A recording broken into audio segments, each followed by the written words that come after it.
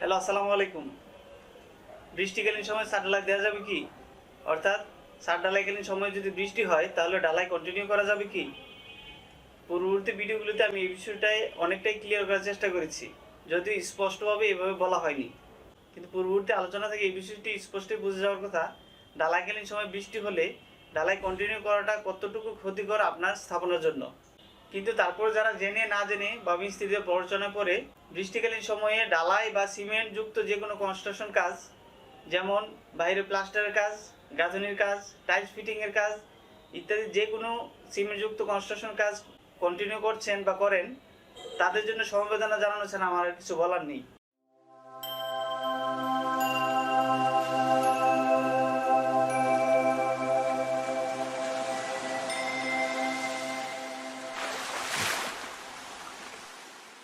বাস্তব অভিজ্ঞতা থেকে আমি যতটুকু বুঝতে পেরেছি, এই কাজটুকু যতটা না মালিক পক্ষ নিজের ইচ্ছায় করেন, তার চেয়ে বেশি করেন মিস্ত্রিদের প্ররোচনায় পড়ে। কেননা মালিক পক্ষ কখনোই চান না জেনে শুনে তার কাঠামোর ক্ষতি করতে। কিন্তু মিস্ত্রিরা দ্রুত কাজ শেষ করার স্বার্থে বৃষ্টিকালীন সময়েও তারা ঢালাই কন্টিনিউ করার চেষ্টা করে থাকে। এতে যদি আপনার ক্ষতি হয় তাতেও তাদের কিছু যায় আসে না। আর তাই তারা মালিক পক্ষকে বিভিন্ন বুদ্ধি পরামর্শ দিয়ে দ্রুত ঢালাই শেষ করার জন্য চেষ্টা করে থাকে। আর মালিক পক্ষ কেন জানি তাদের প্ররোচনা সহজে রাজি হয়ে যান, আর এতেই তার সর্বনষ্ট হয়ে থাকে। কিন্তু আপনি যদি তাদের প্ররোচনা রাজি না হয়ে বৃষ্টিকালীন সময়ে ঢালাই বন্ধ করে দেন, তাহলে কিন্তু তারা আর কখনোই পারবে না আপনার এই সর্বনাশটা করতে। এবার সেই বৃষ্টিকালীন সময় ছাদ ঢালাই কন্টিনিউ করলে আপনার কী ক্ষতি হতে পারে? প্রথমত ক্ষতি হতে পারে আপনার কংক্রিটে পানির পরিমাণ বেড়ে গিয়ে কংক্রিটে দুর্বল হয়ে পড়বে। কংক্রিটের পানির পরিমাণটা অত্যন্ত গুরুত্বপূর্ণ। পানির পরিমাণ কম হলে যেমন আপনার কংক্রিট দুর্বল হয়ে পড়বে, তেমনি বেশি হলে কংক্রিট দুর্বল হয়ে পড়বে।